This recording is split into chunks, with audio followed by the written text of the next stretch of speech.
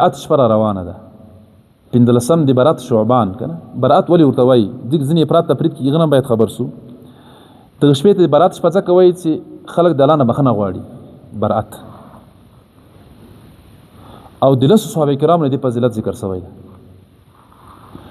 او بل انفرادي عبادت چې اوس ډېره ښه ده انفرادي عبادت کوي په دې کې روزه نیول کنه په ورځ باندې شپې عبادت کول تلاوت کول 2 رکعات نفل وکي بیا سورۃ یاسین تلاوت وکي ذکر کول صدقه کول افراط تفرید باندې کو بدی کې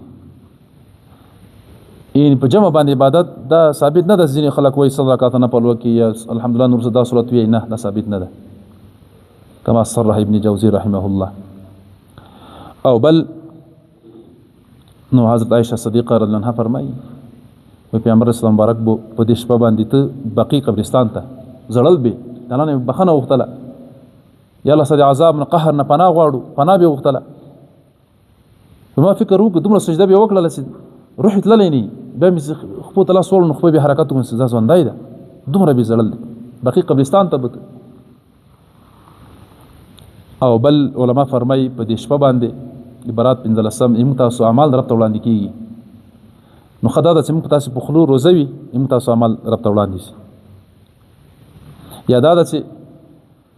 علما کرام فرمای د آینده کال لپاره زموږ تقدیر لیکل کیږي صحت مرض تمنی روغتیا څه به کیږي آینده کې مسره نو ښه ان متاسب حسب نه وي پاڼه چې په روزه باندې شروع شي پیل په روزه کړي په عبادت کړي